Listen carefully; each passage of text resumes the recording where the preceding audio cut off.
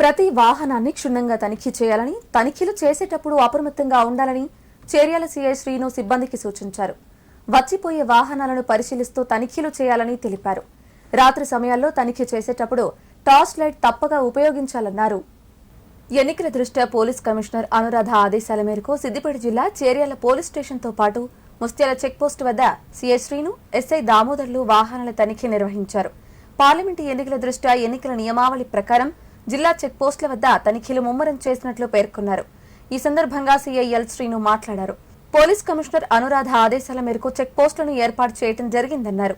ఎలాంటి ఆధారాలు లేని నగదు కానీ, మద్యం, ఓటర్లను ప్రలోభాలకు గురిచేసే వస్తువులను, మాదక ద్రవ్యాల రవాణాను చేస్తే చర్యలు తీసుకుంటామన్నారు. చెక్పోస్టులో విధులు నిర్వహించే సిబ్బంది అప్రమత్తంగా ఉండాలని, విధులు నిర్వహించాలని సూచించారు.